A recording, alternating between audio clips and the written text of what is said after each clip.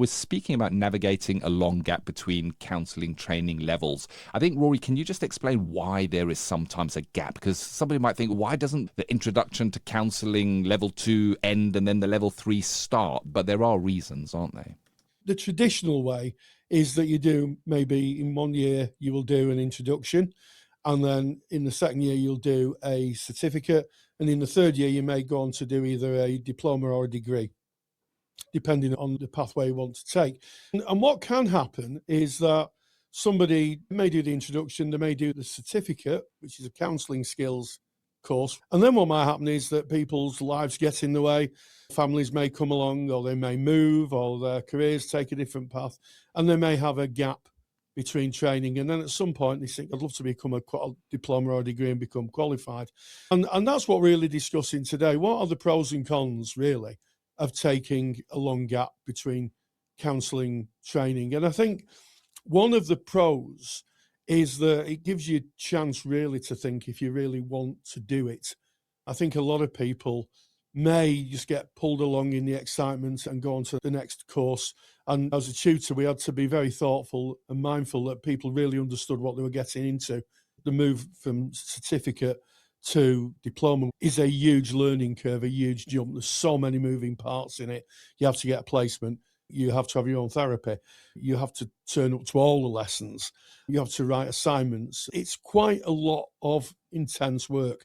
And I know some people took a break and thought, no, I think the journey ends here. I'm going to take my little skills set, my counselling skills, and apply it to the work I'm going to do. And they go off, and that's fantastic. But for some people, they may think, I'd like to take it up again 2 years, maybe after I've done my certificate. And I guess the challenge there is that skills are quite intense and quite tricky to master. And if you don't use them, you lose them. Simple as that. You get a bit rusty. And I think it's one of the issues of taking a long break is you come back, all your peers are really fresh, their skills are on point, and it may be that you struggle to keep up, and that might make you feel just a little bit left behind. So I think it's about being realistic about how much you've lost in that gap. Yeah, fully understandable, Rory. And sometimes it's not a choice, this break. You know, your choice may be, I'm going to become a counselor. I want to be a psychotherapist, whatever your journey is. And you may get to a point where they go, that's the end of this part of the course and the next one starts in 9 months. And that's the way it is. I like what you said, Rory, is it can be used as a time of reflection of, is this really for me?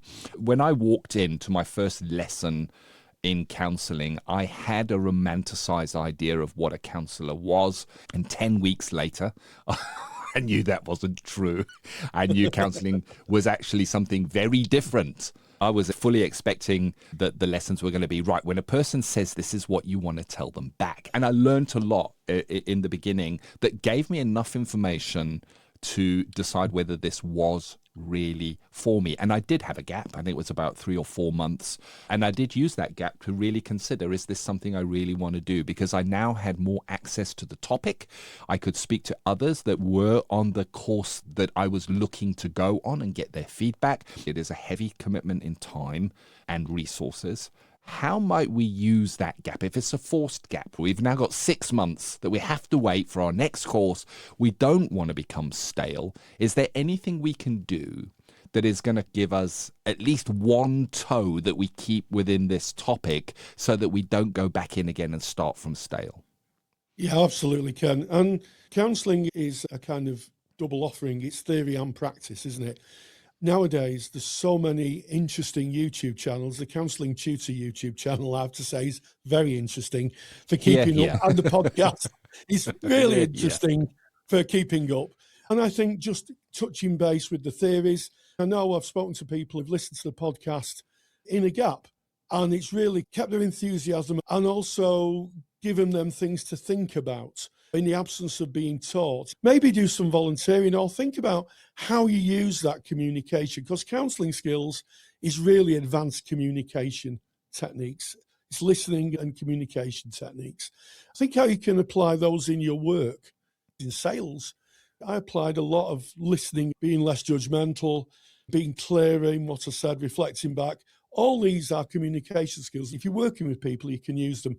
but it's consciously using them. Yeah, it's interesting. The word skills is interesting. So we speak all the time about counselling skills. And if you're a student of counselling, you can know exactly what we mean. It's the actual how you react within the session, your active listening, how you might respond.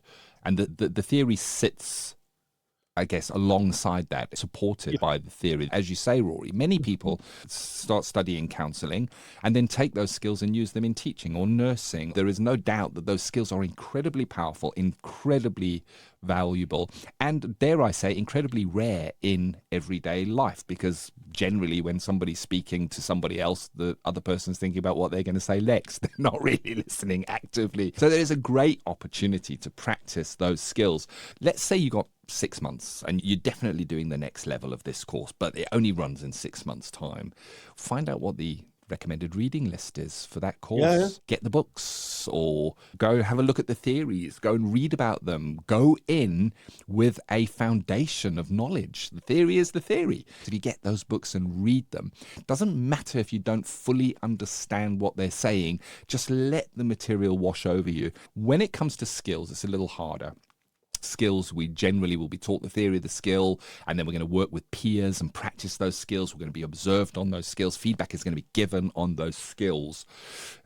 So a little bit more difficult to practice them on your own, however, not impossible. And one of the places where it is made possible is in our student library. And within that student library, there's a massive theory section where all the base theories are covered.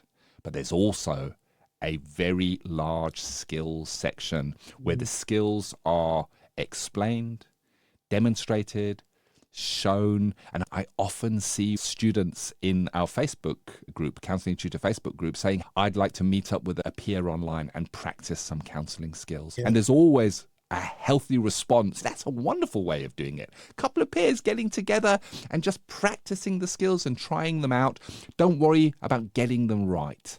Just worry about practicing them and getting used to them. When you are under a tutor and being observed, they will definitely fine-tune that for you. But it's a great way of keeping fresh on those skills. Yeah, and I'd also say, if you're listening to this and you're thinking, I've got a job where I don't really use counselling skills, it's not appropriate to use counselling skills, let me frame it for you in this way. There's a big difference in listening to respond than there is to listening to understand. And if you think about it, I think some people, when you say something, they respond. In other words, they come from a defensive place sometimes, as opposed to try and genuinely listen to understand what's happening, what's going on, and really seeing the person in front of them. And I think that in any industry where you're working with people and building relationships, listening to understand, I think, is where counselling skills come in. When someone feels understood, they're more likely to be open to what you have to say to them. So I think that's a really good position to take. There's one final piece to this. If you have been out of education for a time because events have happened where you couldn't follow on to the next course, if you log all the things that you've been doing and how you've used the education in your skills course, in your work, or what you've been doing externally to keep informed about the world of counselling, when you go for that interview for the next level and your tutor says, it's been 3 years since your skills course, you can then with confidence say, look, I've applied this learning here. I'm keeping up to date by listening to the Counselling Tutor podcast. There is other education available, I have to say. What you're doing is you're demonstrating that although you've been out of education, you've immersed yourself into the world of counselling. And I don't know about you, Ken, but I like the idea of teaching someone who's immersed in the work. Thank you for watching. I hope you found this video valuable. For more free resources, have a look at our YouTube channel or visit counsellingtutor.com